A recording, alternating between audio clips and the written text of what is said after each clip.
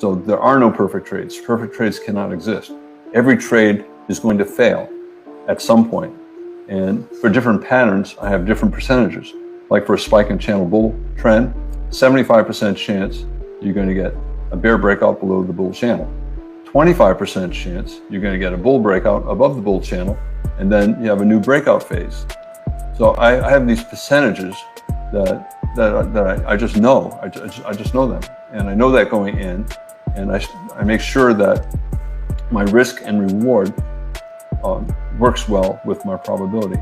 You know, one thing you often hear about is, oh, that has a good risk-reward ratio. And my reaction is, who cares? What's the probability, right? You know, good risk-reward. If I buy a lottery ticket, that has good risk-reward. I can pay $1 and I can win $1 million. Yeah, but the probability is nothing.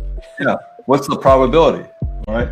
So whenever somebody talks about risk-reward, I say, oh, the guy's a fool, right? Because probability is just as important. You have 3 variables on every trade: risk, reward, and probability. And every trade you have to think about all 3. And one safe way to look at trades is everything can fail. And 90% of the time, this is what I'm saying is true. 90% of the time, you're between 40 and 60% certain about everything.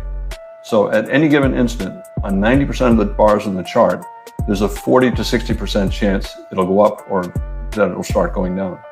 10% of the time, maybe 5% of the time, the probability is more like 70 or 80%. But most of the time, 90, 95% of the bars on the chart, you got to be thinking that no matter how certain I am, I cannot be more than 60% certain, right?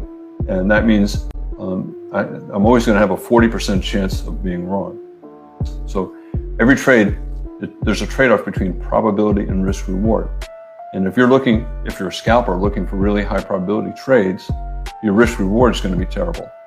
If you're a swing trader willing to take lower probability trades in an attempt to get a very big reward, right? A swing trader is going for a reward that might be 2 or 3 times his risk, right? He only has to be right 40% of the time to be profitable. And most traders should be thinking that way. They should be looking for trades where the reward is at least 2 to 3 times the risk, because then he only has to be right 40% of the time.